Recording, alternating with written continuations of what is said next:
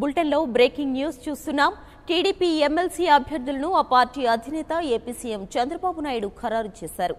అభ్యర్థుల ఎంపికపై తీవ్రంగా కసరత్తు చేసిన ఆయన 4 ఎమ్మెల్యే కోటా, 2 గవర్నర్ కోటా, 1 స్థానిక సంస్థల కోటా కింద ఎమ్మెల్సీ స్థానాల ఖాళీలను భర్తీ చేశారు.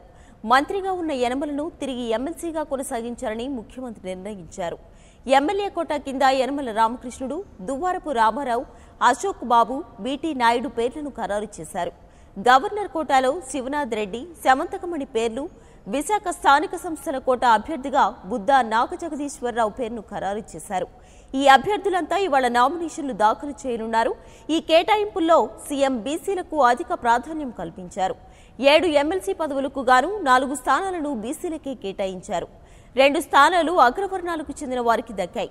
ఎమ్మెల్సీ అభ్యర్థుల ఎంపికలో కాపు, రెడ్డి సామాజిక వర్గాలకు చెందిన వ్యక్తులకు అవకాశం కల్పించారు. ఎమ్మెల్సీగా సమంతకమణికి మరోమారు అవకాశం ఇచ్చారు.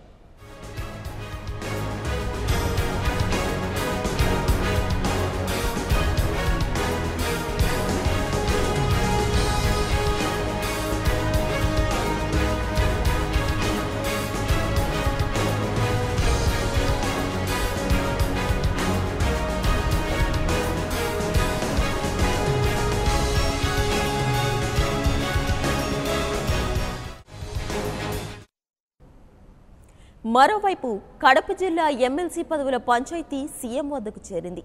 ఎమ్మెల్సీ టికెట్ ఇవ్వాలని రైల్వే కోడూరు, కమలాపురం నేతలు పట్టుబట్టగా వారితో చంద్రబాబు చర్చించారు. ఎమ్మెల్సీ టికెట్ కోసం విశ్వనాథ నాయుడు, వీరశివారెడ్డి పట్టుబడుతుండగా ప్రస్తుత పరిస్థితుల్లో వారిద్దరికీ టికెట్లు ఇవ్వలేకపోతున్నట్లు సీఎం తేల్చి చెప్పారు. అయితే టీడీపీ విజయానికి వీరిద్దరి అవసరం ఉందని మంత్రి ఆదినారాయణ రెడ్డి చంద్రబాబు దృష్టికి తీసుకెళ్లడంతో విశ్వనాథ నాయుడు, వీరశివారెడ్డికి భవిష్యత్తులో ఎమ్మెల్సీలుగా అవకాశం కల్పిస్తామని ఆయన హామీ ఇచ్చినట్లు సమాచారం. దీంతో విశ్వనాథ నాయుడు సంతృప్తి చెందినట్లు తెలుస్తోంది.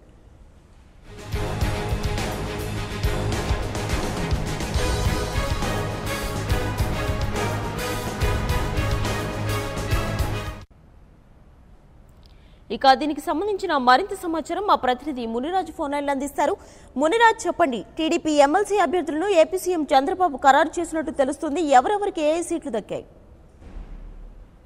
మానస, అర్ధరాత్రి ముఖ్యమంత్రి చంద్రబాబు నాయుడు టీడీపీ ఎమ్మెల్యే కోట, ఎమ్మెల్సీ స్థానాలతో పాటు స్థానిక సంస్థలు అలాగే గవర్నర్ కోటకు సంబంధించిన ఎమ్మెల్సీ అభ్యర్థులను ప్రకటించారు. వీరిలో ముఖ్యంగా ఎమ్మెల్యే కోట నుంచి ఖాళీ అవుతున్న 5 స్థానాల్లో 4 స్థానాలు అసెంబ్లీలో సంఖ్యాబలాన్ని బట్టి తెలుగుదేశం పార్టీ సునాయాసంగా గెలుచుకోబోతుంది. దీనికి సంబంధించి ఆర్థిక మంత్రి యనమల రామకృష్ణుడికి మరోసారి అవకాశం కల్పిస్తూ యనమల రామకృష్ణుడికి పొడిగింపిచ్చారు. అలాగే ఏపీ ఎన్జీఓ మాజీ అధ్యక్షుడు అశోక్ బాబుకు, అలాగే కర్నూలు జిల్లాకు చెందినటువంటి బీటీ నాయుడుకు, మరోవైపు విశాఖకు చెందినటువంటి రజక కులానికి చెందినటువంటి దువ్వారపు రామారావు కూడా ఎమ్మెల్యే కోట, ఎమ్మెల్సీ అభ్యర్థులుగా అవకాశం కల్పించారు. మరోవైపు గవర్నర్ కోట, ఎమ్మెల్సీ అభ్యర్థులకు సంబంధించి మంత్రి సోమిరెడ్డి చంద్రమోహన్ రెడ్డి, అలాగే రామసుబ్బారెడ్డి, వీరిద్దరూ కూడా గవర్నర్ కోట నుంచి ఎన్నికయ్యారు. వీరిద్దరూ రాజీనామా చేయడంతో ఏర్పడినటువంటి 2 స్థానాలకు సంబంధించి కూడా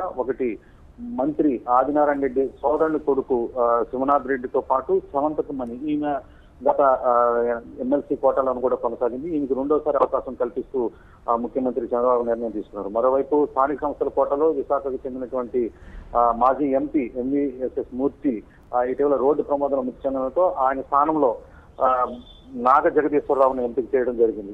దీనికి ఈ స్థానాల కోసం ఎక్కువ మంది పోటీ పడినప్పుడు కూడా రానున్నటువంటి అసెంబ్లీ ఎన్నికల దృష్ట్యా ఆయన ఆచితూచి సామాజిక వర్గాల వారిగా బేరీజు వేసుకున్నాకే ఎమ్మెల్సీ అభ్యర్థులను ముఖ్యమంత్రి చంద్రబాబు నాయుడు ప్రకటించారు. మరోవైపు ఈ ఎమ్మెల్సీ అభ్యర్థులు అనేది తరచు ఖాళీ అవుతుంటాయి కాబట్టి పార్టీ కోసం కష్టపడిన ప్రతి ఒక్కరికి కూడా న్యాయం చేస్తాను. పదవులు రానున్న కాలంలో నామినేటెడ్ పోస్టులంతా కూడా ఖచ్చితంగా పూర్తి స్థాయిలో నేతలకే, అంటే పార్టీ కోసం కష్టపడిన నేతలకే ప్రాధాన్యత ఇస్తానని ముఖ్యమంత్రి హామీ ఇవ్వడంతో ఆశీర్వాదాలంతా కూడా ఎన్నికయ్యారు. Manasa. Right Munraj, thank you.